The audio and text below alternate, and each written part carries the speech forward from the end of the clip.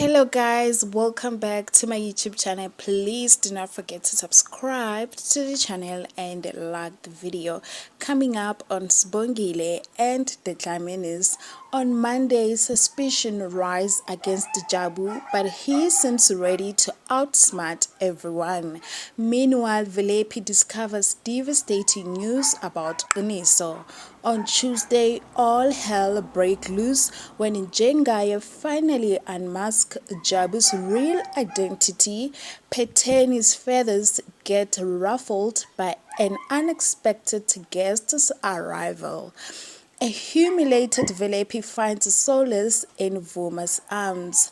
On Wednesday, fear and tragedy stalk the Sibalikhuli company celebrations when it quickly descends into a crime scene.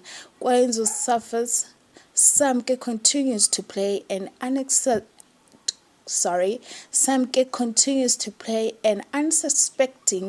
Kuzwayo. Thank you for watching.